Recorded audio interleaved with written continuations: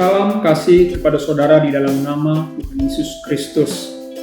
Nama saya Jimmy Ambarita, saya seorang pendeta yang rindu untuk memberkati seluruh anak Tuhan dengan pengajaran yang memperlengkapi anak-anak Tuhan menjadi orang Kristen yang melakukan kehendak Allah, yaitu menghasilkan buah. Untuk itu maka mulai saat ini saya akan mengajarkan kepada saudara beberapa seri tentang pemahaman dasar kekristenan. Dalam modul ini, saudara akan belajar untuk mengenal misi Allah dalam pekerjaan Kristus dan Roh Kudus yang konkret. Melalui pengajaran ini, Anda akan memahami apa kehendak Allah bagi pengikutnya di masa-masa ini.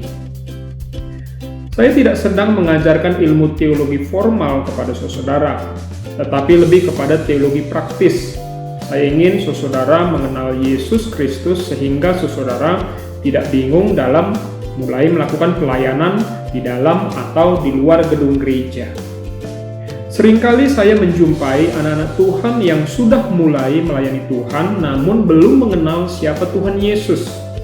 Mereka menjadi pengikut Kristus yang sebenarnya belum benar-benar mengikut Kristus. Orang yang memahami pelayanan dengan baik adalah orang yang sudah mengenal Tuhan Yesus. Artinya bahwa orang tersebut mengetahui apa sebenarnya keinginan Tuhan kepada dirinya sendiri untuk dia lakukan di dalam kehidupannya. Kalau hari ini saya bertanya kepada saudara, apakah keinginan Tuhan Yesus untuk saudara lakukan? Kalau saudara masih bingung dan masih banyak pertanyaan saudara yang berhubungan dengan Tuhan Yesus, maka saudara adalah orang yang paling tepat untuk mengikuti program ini. Dalam sesi pembukaan ini, mari kita belajar beberapa teks Alkitab. Dalam Injil Lukas, pasal 14 ayat 26-27 dikatakan demikian. Yesus berkata, "Jikalau seorang datang kepadaku dan ia tidak membenci bapaknya, ibunya, istrinya, anak-anaknya, sesaudaranya laki-laki atau perempuan, bahkan nyawanya sendiri, ia tidak dapat menjadi muridku. Barang siapa tidak memikul salibnya dan mengikut aku, ia tidak dapat menjadi muridku." Apakah maksud dari tulisan yang baru kita baca ini? Ini adalah perkataan Tuhan Yesus sendiri yang memberikan suatu syarat dalam menjadi murid Tuhan Yesus.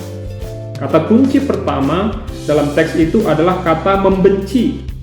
Seorang murid harus membenci keluarga dan dirinya sendiri. Menurut saudara, dari diri kita dan keluarga kita, apa yang layak dibenci? Tentunya bukan segala hal. Namun yang harus kita benci adalah dosa dan buah-buah dosa. Sebagai murid Tuhan Yesus, kita diminta memiliki pikiran yang membenci dosa. Kita adalah orang berdosa, namun kita benci kepada dosa tersebut.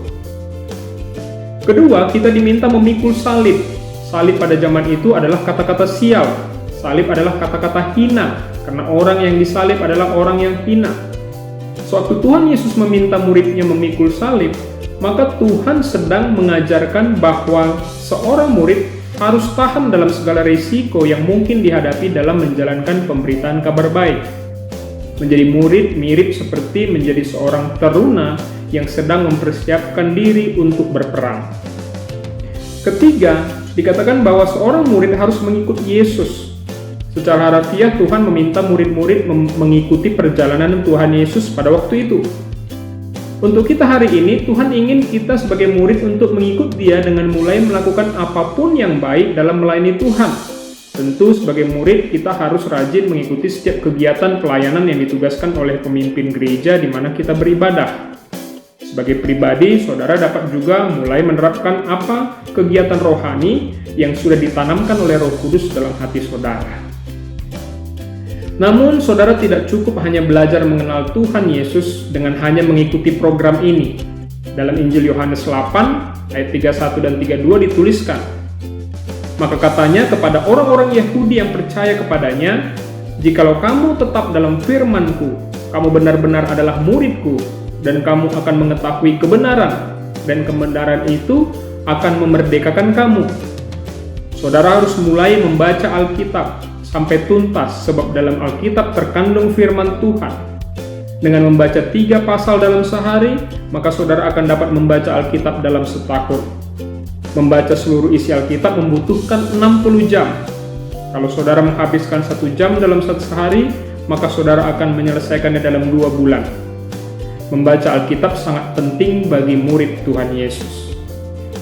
Alkitab adalah tulisan yang diilhamkan oleh Allah untuk memberikan kepada umatnya sebuah kebenaran dan harapan. Dalam teks tadi dikatakan bahwa firman Tuhan akan mengajarkan murid-murid kebenaran, yaitu kebenaran yang memerdekakan. Sebagai murid Kristus tentunya kita dipersiapkan untuk melakukan pemberitaan Injil, maka murid Kristus harus membaca Alkitab.